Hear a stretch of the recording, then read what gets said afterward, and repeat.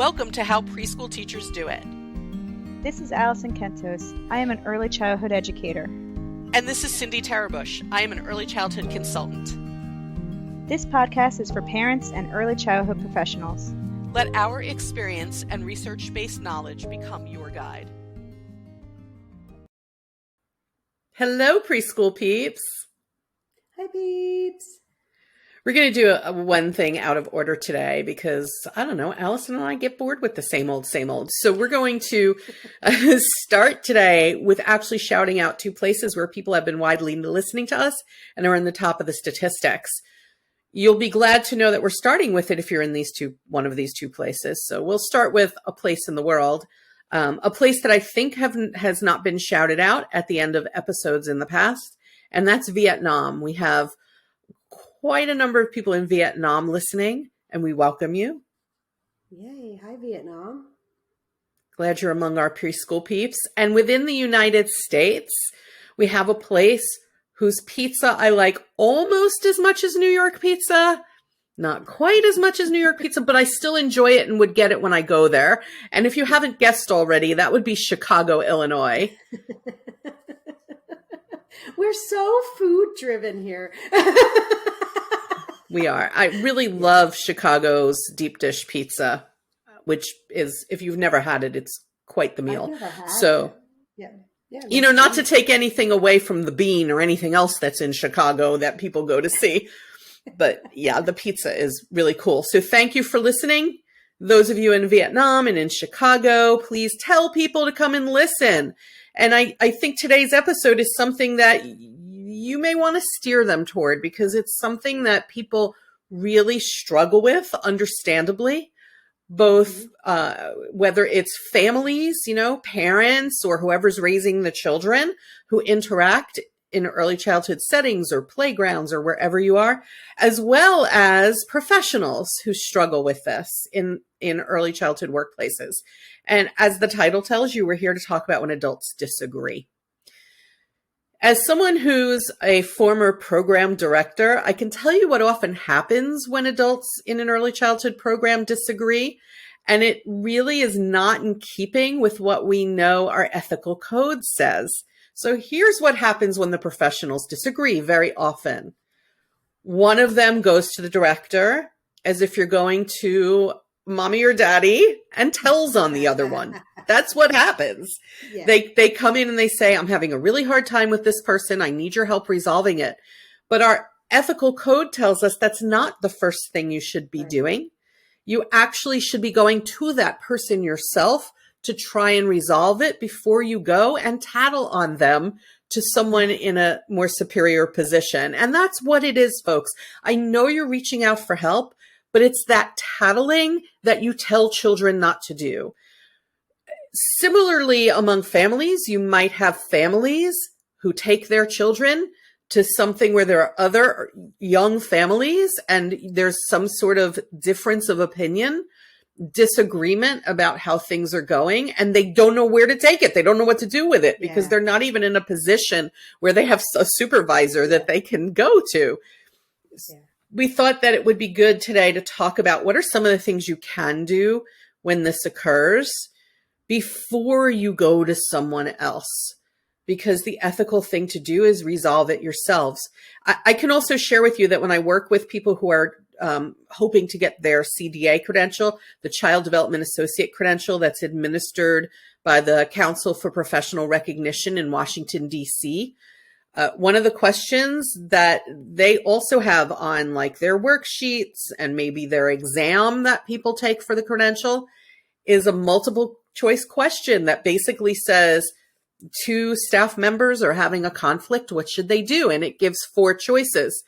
My students always pick the right choice, which is you should go to that person directly to discuss it. And then when I say to them, what do you do in real life? They're like, yeah, I don't do that. I don't go. I don't do that. Yeah.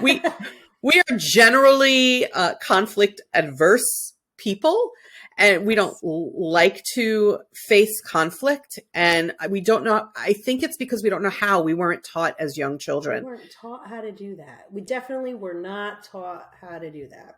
Okay. No, we were not taught negotiation. When I was young, if two children had a conflict, they would just look at us and say, "Cut it out." Yeah, knock it off. Yep. Knock it off. Cut it out. That's not. Stop fighting. Yeah. That wasn't helpful. No. So let's go through some things that you can do.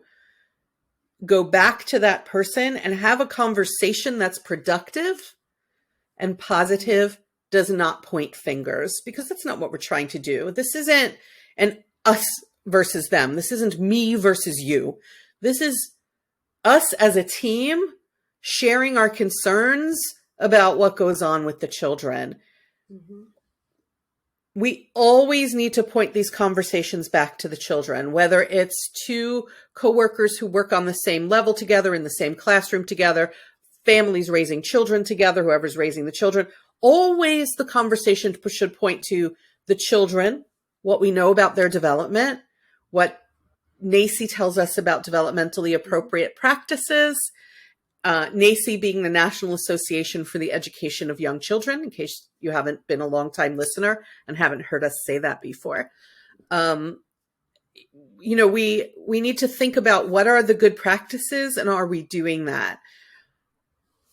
And so you need some research-based information, because unfortunately, as humans, we often filter things through our own biases. Before you go to someone and talk to them about your concern for the children, you need to think about what your biases are, and are those biases giving you the perception that you have?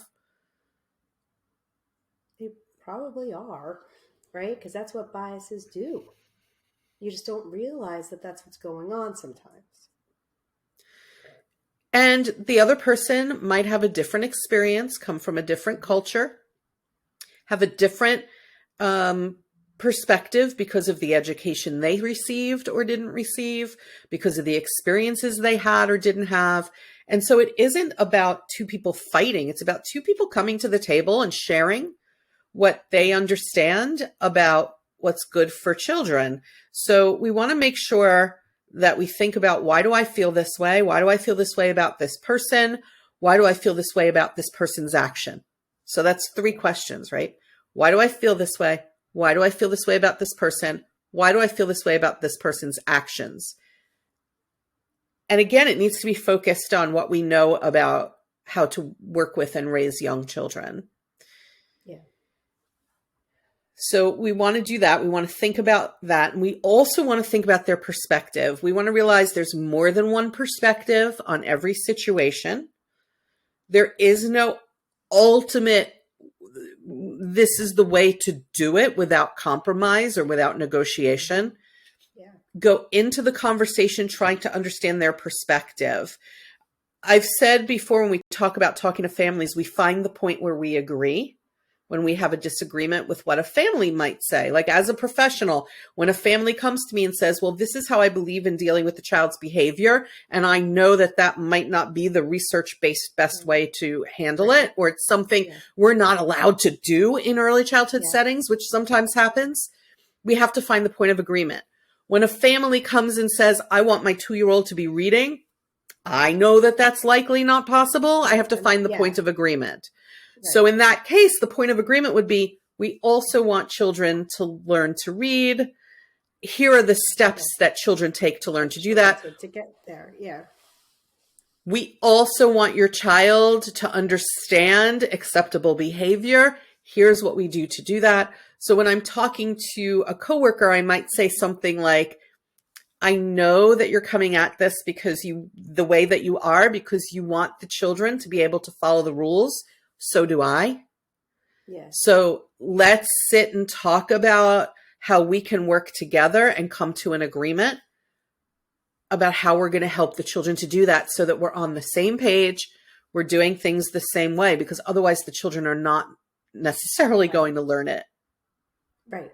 And see how, like, the way Cindy phrased that, it's very much about the children. It's not blaming the other person. It's not telling the other person that they're necessarily wrong. It's just, hey, we need to do this in this way, for the children. Let's figure this out together so we can form a solution. We could brainstorm different ways. Maybe we take a little bit of what you're doing and a little bit what I'm doing, and maybe there's a solution in there somewhere, but it's all about the children and what's best for them.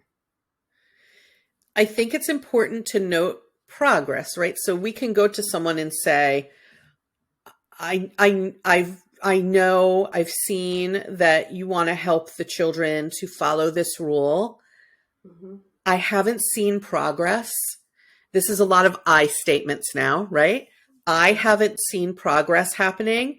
I think it would help us to sit and talk together about strategizing. How can we handle this? Maybe there's another strategy that we can use. So it's a lot of I and we. Try really hard to avoid the word you. Mm-hmm. I actually learned this when I was first learning about providing college students with feedback, and I've taken it and used it in every part of my life. When I'm reading a college paper, I will use the word you when I'm saying something complimentary. And then I stop using the word you when I'm providing them with constructive feedback about something they have to change. Isn't that interesting? Yeah. I learned this from a really good mentor. So what I'll do is I'll say something like, you did great work pointing this out. You did good job summarizing this. This part of your paper would benefit from, so that I start focusing now on the paper, not the person. Right. That's actually really smart. Because you don't want the person to feel attacked, you don't want them to feel attacked. And I think that's what happens with a lot of conflict is emotions are really, really high and you disagree. And instead of like slowing down and being like, okay, let me think of all these, like my biases and my perception of this person and my perception of the situation, and slowing down, you're just like kind of oh my gosh, and let me go out and like, you did this and how dare you do this? And like that kind of thing. And it gets to be not a productive conversation because you're kind of just flying off the handle a little bit because your emotions are so high. Whereas if you stop and say, okay, let me slow down here. Let me think about this. And then I can approach this person in a more calm manner where I'm not attacking them. And I'm going to use a lot of I statements rather than you statements because I don't want them to feel like I'm criticizing their way of doing things. Then maybe the person will be like, oh, wait, she wants to solve this problem together. She's not just blaming me for this. It's we're coming together for a solution. But I do think it's really hard because in the moment, your emotions might be really, really high and you might kind of say something that you don't want to say, or it might come off as an attack just because you're so upset or angry. Maybe it depends on what the situation is, or just like annoyed sometimes. And you're like, why doesn't this person understand me? But you have to really slow down and think, like, how can we come at this problem, not the person, this situation for the children? I think that you can say to people, I know that you want the children to learn X, Y, Z, because that's a good thing. And I'll use the word you. I know that you want the children to learn this. I also want the children to learn this. I am not seeing progress. So maybe we should sit together and strategize and think about what things we can both do to address this situation. It's the same when you're someone who's raising the children. You can go to them and say something like, I know that you're hoping to help your child do this. I also think that that's an important thing. What I've done is I've done this, and you just do a lot of I statements. I statements are very powerful because it takes the heat off that person. It's like you're pointing back at yourself instead of pointing at them. You also should offer that person the opportunity to experiment with you. They have to know that that this may or may not work, that you're not coming in like, I have the ultimate solution here. I have how it should be done. So instead, what we're going to do is we're going to invite that person to experiment with us. And then you need to set norms. Norms are the agreements, the statements of expectation for how this is going to go. You really do need to write it down. Suppose, though, you get to that point where you say, I know that you want to teach the children this. I don't think we're seeing any progress. I think that we should sit and talk about what we're going to do. And let's say that person shuts you down.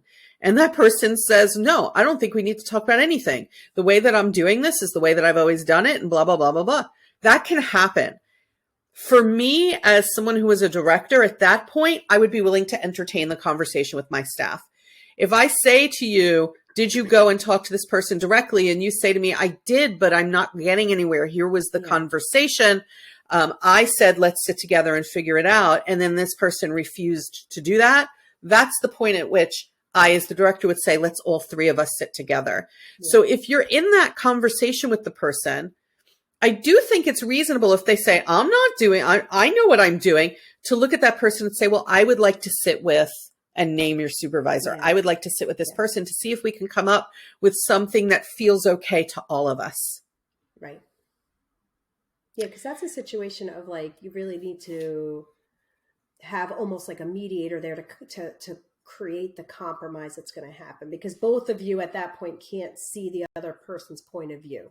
You know, so you need somebody in the middle there that's kind of be maybe like an objective person that can mediate between the two viewpoints and say, okay, here's a good solution. Let's try this. A little bit of yours, a little bit of, you know what I mean? Like, and let's try that. And then we'll meet again in a week or two and we'll see if it worked. And if it didn't work, we'll come up with a new solution. Right. Yeah. Always remembering it's not about you personally. It's not even about them personally. It is about the children. Yeah.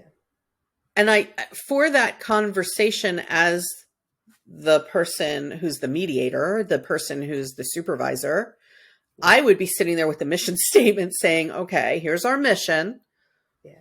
What's the problem? Let's think about what's the problem, what's caused the problem. How can we work together to come up with a solution that feels good for everybody? That's another phrase that I've sometimes used, you know, that we need to come up with a path that feels good to everybody and feels appropriate for everyone, keeping in mind the importance of the mental health of the children. Yeah.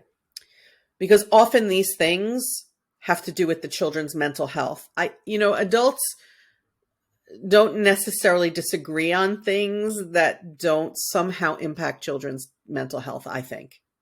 Yeah. Whether it's the child's belief in themselves, their ability to cope, self-regulate, have self-worth, believe in their own ability to do something. Yeah. Building self-esteem. Yeah. Yeah. Yeah. And I know how hard it is to go to someone. It's really nerve-wracking. This is one of those conversations that you have in your car on the way to work in your own head before you confront the other person, because it's so scary. Then it never comes out the way you practice it in your car. But at least you're a little bit more prepared because you practiced in the car. Because otherwise it can be really, really quite scary, you know, or sometimes debilitating where you're like, okay, yeah, no, I thought I would be able to do this, but I can't. So we'll just ignore the problem, you know, like, that's not a good way to go about things either. No, it's really not. One of my sons told me recently that he's been working on stating his needs in a way that people can hear. So that he'll go, this was Michael, that he's realized that if he goes and he uses I statements and he says, I am feeling this way when this happens, I need for us to talk about it, that people react so much better than he imagines in his head. Yeah. Well, yeah, because I'm kind of like that, where I just imagine it's going to go really far south really quick.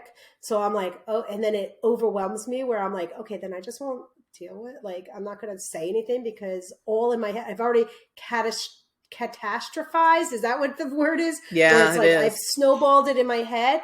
When really, if I just went up to them, it's like, I feel like this when this happens, then all of a sudden they're like, oh, wait, oh, we don't want you to feel that way. You know what I mean? Let's see how we can figure that out, you know, so that you have a better situation, a better feeling about coming here or whatever it might be, you know. But I do that where You I'm know, like, I just snowball it in my head, and all of a sudden I'm like, oh, if I mention it, I might get fired today. I guess I won't mention it, but that's nowhere near what's going to happen, when you say to people, I feel overwhelmed when, or I feel upset when, or I feel concerned for the children when, that's a way different statement than I didn't like what you did. Yeah. Yeah. Or what you did wasn't what we're supposed to be doing. Or, you came in the room and it threw me totally off. It's way different to say, I feel this way when this happens. We always start with that I and the I feel. People don't know how you feel. That's another thing. They don't. Right. We They don't know. have They these assume. feelings. We think other people understand how we feel. We assume things. We shouldn't do that. We should go and kindly and calmly say how we feel, but it takes a little bit of self-regulation to do that. You've got to take a deep breath, step away for a little bit, right? Slow down. One of the worst things that you can do is gossip about it to other people. Please don't do that. Don't go to the family next door and tell them what you saw. Don't go to the teacher next door and tell them how frustrated you are with the person you're working with in your room. Please don't do that, because all it does is make the situation worse. You know these people are going to find out what you're saying. You know it. If you are gossiping with somebody who will entertain that gossip, they will probably also gossip. That's what I was going to say. They're going to gossip back, and it adds fuel to this fire. And now, instead of coming up with a positive thing, it's now this negative thing, because it kind of riles you up a little bit. It's almost like a gang mentality now. Like if you went to the teacher next door and they're like, oh yeah, I agree, I don't like that person either. And then they're telling their story. Now all of a sudden you're like, see, it is her. It's not me. It's her. Yeah. And that's not the way. But that's also, it's not fair to that person, like when you could just go to the person that you're having struggles with and discuss it. It's not fair that now the person next door knows everything that you feel, or that it's not fair. No, it's really imagine uncool. How you would feel if somebody was doing that to you, No gossiping. We're not going to gossip. We're not going to go. We're not going to tattle. We're not going to gossip. We're going to go right to the source of our upset or our frustration, and do it with as much empathy, kindness, perspective taking, and lack of the word you as humanly possible. Yeah.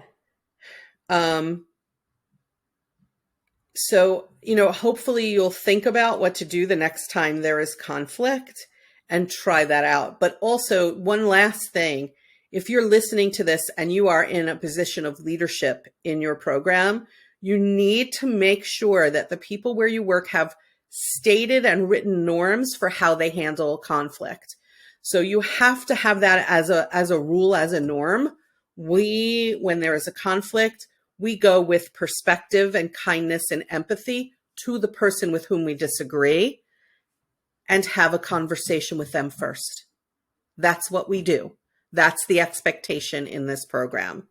That has to be laid out, by the people who are in charge. If you don't already have something like that, it's a good time to start at a staff meeting.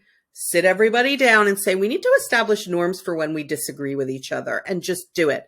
At a parent meeting of some kind, sit down with the families and say, we need to establish norms for when people don't agree with each other, because we want to make sure that all of you, as important members of this early childhood community, feel safe to go to each other with things. So let's set up some norms. Yeah. That's another conversation that people tend to avoid. And I'm not sure why, honestly, because it's a very important thing to do. Yeah. I hope that you will think about it. And I hope that you will also think about how it feels to be on the other end when somebody has gone and tattled or gossiped about you. It's not a good feeling.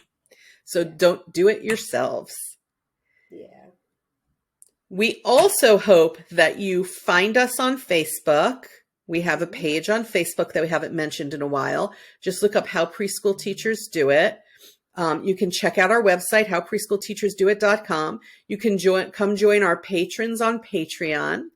where we have bonus content and blog articles and stuff like that. And it's building every month, it builds. So upon last month, it's all still sitting there just waiting for you to join for only like $5 a month even. Yeah.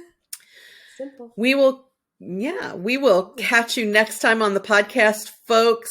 Thanks for listening. And once again, thank you, Chicago and Vietnam. Yay.